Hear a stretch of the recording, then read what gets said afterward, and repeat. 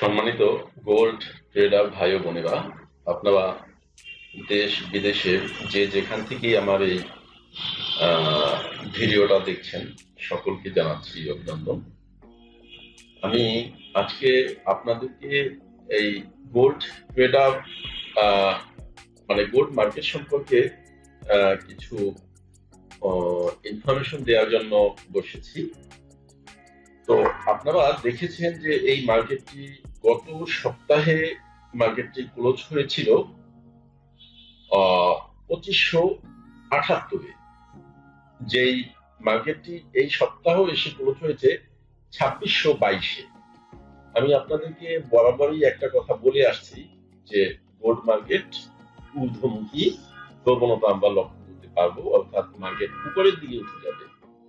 তো আসলে এই মার্কেটটা এ ধরনের মার্কেট যে আমরা ছোটবেলাতে আমি একটা অঙ্ক করেছিলাম এরকম, যে একটি বানর 1 লাফে 3 হাত উঠে 2 হাত নামে, কিংবা 3 ফুট উঠে 2 ফুট নামে। কত লাফ বানরটি ধরে নেন 25 ফুট বা 50 ফুট আহ, মানে উচ্চতা অতিক্রম করবে। তো এখন যদি কেউ মনে করে যে না, তাহলে আমি কত লাফে সে আহ, আপনার 10 ফুট নিচে চলে যাবে, এই কথা যদি কেউ চিন্তা করে, তাহলে তার অঙ্ক প্রথমেই ধরে নিতে হবে যে অঙ্কটা তো তার ভুল হচ্ছে। কারণ এখানে সিস্টেমটা হলো 2 লাফ, মানে 1 লাফে 3 ফুট উঠে 2 ফুট নামে। তার মানে কি, সে কিন্তু ক্রমান্বয়ে উঠছে, সে কিন্তু নামবে না।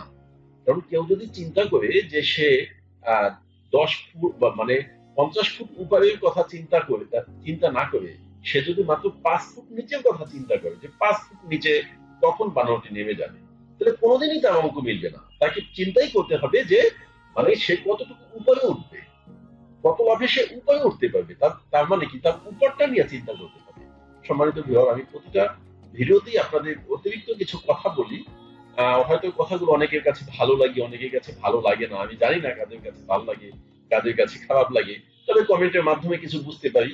আমি মানে মোস্ট অফ দ্য পিপলে আমাকে অ্যাপ্রিসিয়েট করেন, আর হয়তো 2-1 জন নেগেটিভ কমেন্ট করতেও পারেন। তো অতটা কমেন্ট করার সুযোগও আসলে আমার থাকে না।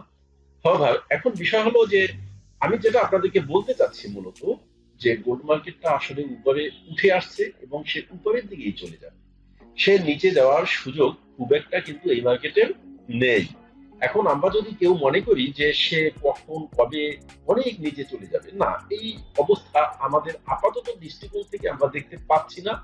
আদৌ আমরা কবে এটা দেখতে পাবো এটা আমরা জানি না। আমি যদি এই পিছন থেকে একটু আপনাদেরকে দেখাই, তাহলে আমরা দেখতে পাচ্ছেন আপনারা হয়তো যে সে কিন্তু কমপ্লিটলি আপ ট্রেন্ডে মার্কেটটি রয়েছে। তার মানে কি, মার্কেটটা আপ ট্রেন্ডে রয়েছে, মার্কেটটা আপেই চলে যাবে। আমি এই কথাটা আপনাদের দীর্ঘদিন যাবৎ বোঝানোর চেষ্টা করছি, এবং যারা বুঝতে পেরেছেন তারাও হয়তো আমাকে বিভিন্নভাবে অ্যাপ্রিসিয়েট করছেন। আর যারা বুঝতে পারছেন না, আমার মনে হয় যে আপনারা একটু ঘাটাঘাটি করলে আপনারা বিষয়টা বুঝতে পারবেন যে মার্কেটের ঊর্ধ্বমুখী প্রবণতা, মার্কেট উপরের দিকে উঠে যাচ্ছে এবং ফাইনালি সে উপরের দিকেই উঠে যাবে।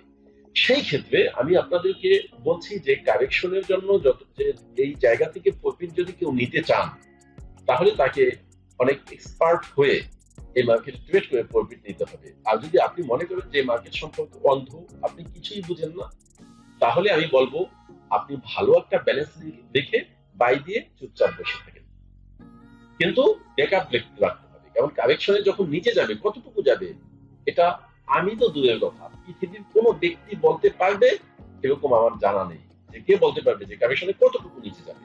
তবে এতটুকু জানি আমরা যে কারেকশনের মার্কেট নিচে মাঝে মাঝে যায় বা যাবে, কিন্তু কত বেশি যাবে এটাও মনে হচ্ছে না। এখন বিষয় হলো যে মার্কেটটা যেখানে উঠেছে, এখন এই জায়গা থেকে মার্কেটের গতিবেগটা কি হতে পারে, আমি এই বিষয় নিয়ে আলোচনা করব।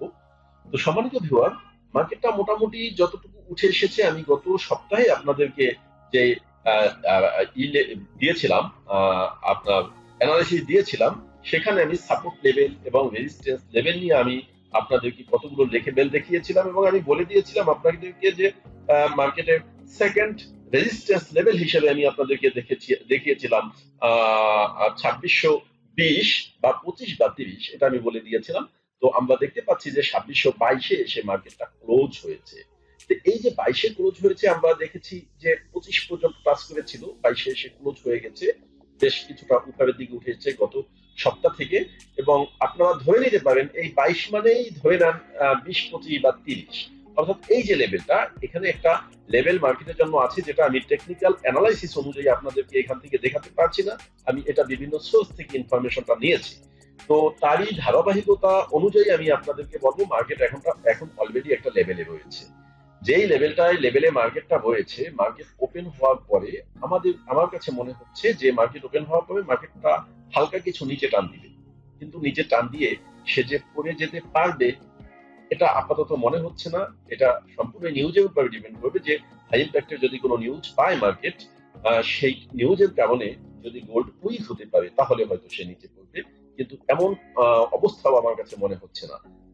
আরেকটা বিষয় হলো, আপনাদের জ্ঞাতার্থে একটা কথা আমি বলে রাখি, যে আপনারা দেখেছেন যে ইউক্রেন রাশিয়ার যে যুদ্ধ লেগেছে, এবং রাশিয়া কিন্তু আপনার এই যে ইউক্রেনের, আপনারা জানেন যে রাশিয়ান মানে টেলিগ্রাম একটা অ্যাপস রয়েছে, এই অ্যাপসটার কিন্তু আপনার কন্ট্রোলিং পাওয়ার রাশিয়ার কাছে, অর্থাৎ এটা রাশাদের অ্যাপসটা।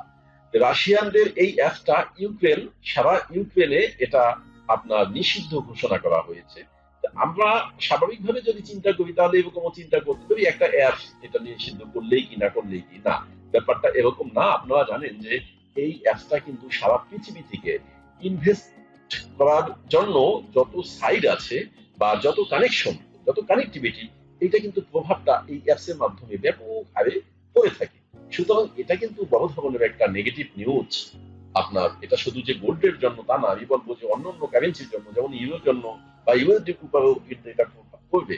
যাই হোক, এই বিষয়টা নিয়ে আমি অনেক কথা বলবো না, তবে এতটুকু আপনাদেরকে বলে রাখলাম যে এমন যে নিউজগুলো হচ্ছে বা হবে, এটা একটা উত্তেজনকার পরিস্থিতি সৃষ্টি করছে, যেটা ইনডাইরেক্টলি এটা এফেক্টটা গোল্ড মার্কেটের উপর পড়ে যাবে বা পড়বে, যার কারণে গোল্ড মার্কেটটা উত্তপ্ত হবে এবং গোল্ডের প্রাইস বেড়ে চলবে। যাই হোক, এরকম ভাবে যদি আমি একটা একটা করে বিশ্লেষণ করতে চাই, আমি আপনাদেরকে অ্যানালিসিস দেওয়ার আগে বেশ কিছু জিনিসগুলোকে মানে ইনফরমেশন নেওয়ার জন্য ঘাটাঘাটি করে থাকি। এটা থেকে আমি অনেক কিছুই পাই যেগুলো আসলে একটা ভিডিওতে আপনাদের সাথে শেয়ার করা সম্ভব নয়, আপনাদেরকেও বিরক্ত লাগবে। আচ্ছা, যাই হোক, এখন কথা হলো যে মার্কেটটা, যেটা বলেছি যে মার্কেট ওপেন হওয়ার পরে হয়তো আমরা একটু নিম্নমুখী প্রবণতা কিছুটা দেখতে পারি, যে মার্কেট হয়তো হালকা কিছু নিচে টান দিতে পারে, কিন্তু টান দিয়ে অত বেশি পড়বে এরকম মনে হচ্ছে না, কিন্তু ফাইনালি মার্কেট আবার উপরে চলে যাবে। তো আবার যদি উপরে চলে যায়, আমি আপনাদেরকে অনেক আগে থেকেই বলছি যে মার্কেট 2500 ভেঙে যাবে। এখন তো 2500 কোথায় মার্কেট নেই, মার্কেট অলরেডি 2600 ভেঙে 2700 ছুঁই ছুঁই অবস্থার দিকে চলে যাচ্ছে। তো এই ধারাবাহিকতা অনুযায়ী আমি আপনাদেরকে মার্কেটের সাপোর্ট লেভেল এবং রেজিস্ট্যান্স লেভেল নিয়ে একটু আলোচনা করছি। সম্মানিত ভিউয়ার, এই জায়গা থেকে আপনাদেরকে যদি আমি বলি, তাহলে মার্কেটের আমি আপনাদের সাপোর্ট লেভেলটা নিয়ে একটু কথা বলি, তারপর রেজিস্ট্যান্স লেভেলে যাব। সাপোর্ট লেভেল নিয়ে যদি কথা বলি, তাহলে মার্কেটের জন্য ফার্স্ট সাপোর্ট লেভেল এই জায়গা থেকে রয়েছে আপনার 2590 বা 2600 লেভেল। এই জায়গাটা হলো মার্কেটের জন্য মানে ফার্স্ট সাপোর্ট লেভেল। তবে মার্কেটের জন্য কিন্তু 10 বা 11, 12 এরকম জায়গায় একটা ছোটখাটো একটা লেভেল রয়েছে, সাপোর্ট লেভেল। এখানে এ পর্যন্ত মার্কেট কাজ করে আবার এমনও হতে পারে যে এখান থেকে উপরের দিকে টান দিতে পারে। তো যাই হোক, এটা হলো উইক সাপোর্ট, কিন্তু স্ট্রং সাপোর্ট যদি বলি, আমি যেটা বললাম, আমি 2590 বা 2500 লেভেল, 2600 লেভেল, অথবা 95, 80, 85 এরকম জায়গা দিয়ে কোনো একটা লেভেল একদম স্পেসিফিক একটা পয়েন্টকে হিট করে যে এইখানেই যাবে, এখান থেকেই চলে যাবে, মুভ করবে, এবং কথা আমি আসলে বলতে পারবো না, বা এটা কেউ বলতে পারবে বলেও আমার জানা নেই অতটা। তো যাই হোক, এখন ওই জায়গায় ওই লেভেলটা ভেঙে যদি মার্কেট নিচের দিকে নামতে পারে, তাহলে মার্কেটের জন্য সেকেন্ড সাপোর্ট লেভেল হতে পারে 2550 বা 60। এটা হলো মার্কেটের জন্য সেকেন্ড সাপোর্ট লেভেল। এবং থার্ড সাপোর্ট লেভেল আমি যতটুকু দেখতে পাচ্ছি, সেটা হলো বিশেষ করে 2530। 2530 এই জায়গাটা হলো মার্কেটের জন্য থার্ড সাপোর্ট লেভেল বর্তমান অবস্থা থেকে। তো যাই হোক, মার্কেট যদি গোলটা উইক হতে পারে এবং উইক হয়ে নিচের দিকে টান দেয়, তাহলে এই পর্যন্ত হয়তো মার্কেট আসতে পারে, কিন্তু সম্ভাবনা এটা আমার কাছে মনে হচ্ছে কম, খুবই কম। তো এখন হলো মার্কেটের রেজিস্ট্যান্স লেভেল আপনারা হয়তো বুঝতে পারছেন যে রেজিস্ট্যান্স লেভেলে আসলে কোনো সীমানা আমি এখান থেকে দেখাতে পারবো না, শুধুমাত্র মুখে আপনাদেরকে আলোচনা করে দিতে পারবো যতটুকু আমি ঘাটাঘাটি করে ইনফরমেশন পেয়েছি। তো আমি তারই ধারাবাহিকতা বা তারই আলোকে আমি আপনাদেরকে বলতে চাচ্ছি যে রেজিস্ট্যান্স লেভেল হলো বর্তমান অবস্থা থেকে ফার্স্ট রেজিস্ট্যান্স আছে মার্কেটের জন্য 2650 বা 60, 2650 বা 60 এই লেভেলটা হলো মার্কেটের জন্য বর্তমান অবস্থা থেকে first resistance level. Please subscribe our channel. যদি ওই রেজিস্ট্যান্স লেভেলটা ভেঙে মার্কেট উপরের দিকে চলে যেতে পারে সেই ক্ষেত্রে মার্কেটের জন্য সেকেন্ড সাপোর্ট মানে রেজিস্ট্যান্স লেভেল আছে 2680, 90 কিংবা 2700 লেভেল। আর যদি 2700 লেভেল ভাঙতে পারে সম্মানিত ভিউয়ার, আপনাদের কাছে ক্ষমা প্রার্থী যে ওইখানে ওই লেভেল কোনো ইনফরমেশন আমি এখন পর্যন্ত নিতে পারিনি বা আমি পাইনি যে ওই লেভেলটা যদি ভেঙে ফেলে তাহলে মার্কেট থার্ড রেজিস্ট্যান্স লেভেল কোন জায়গায় বুঝতে পারে। আমি চেষ্টা করব ওই লেভেলটাকে খুঁজে বের করার জন্য, এবং যদি ভাঙে তখন আমি ওইটাকে আপনাদেরকে জানানোর চেষ্টা করব হয়তো কোনো ভিডিওর মাধ্যমে বা নেক্সট উইকে। তো যাই হোক, আমি যতটুকু ইনফরমেশন আমি বিভিন্ন সোর্স থেকে আমি নিয়েছি ওই ইনফরমেশনের আলোকে আমি আপনাদের সাথে আলোচনা করলাম। এখন আপনারা আপনাদের নিজস্ব বুদ্ধিমত্তাকে কাজে খাটিয়ে আপনারা আপনাদের ব্যালেন্সটাকে সেট করার জন্য আপনাদের মতো করে ট্রেড করবেন। আমি প্রত্যেকটা ভিডিওতে একটা কথা বলি, এটা একটা হাই রিস্কি মার্কেট। এই জায়গায় কেউ অন্যের মোটিভেশন পেয়ে অন্যের কথার উপরে প্রলুব্ধ হয়ে কেউ ট্রেড করার চেষ্টা করবেন না ইমোশনালি। এখানে ট্রেড করতে হলে অনেক কিছু জেনে শুনে বুঝে নিজের ব্যালেন্সকে সেট করার জন্য নিজস্ব বুদ্ধিমত্তাকে কাজে খাটিয়ে আপনাদের ট্রেড করাটা উত্তম হবে এবং বুদ্ধিমানের কাজ হবে। নতুবা আপনি যখন ব্যালেন্সটা হারাবেন আরেকজনের শুধু হাই বলবে অথবা সরি বলবে, কিন্তু আসলে আপনি হয়তো আস্তে আস্তে নিঃস্ব হয়ে যাবেন।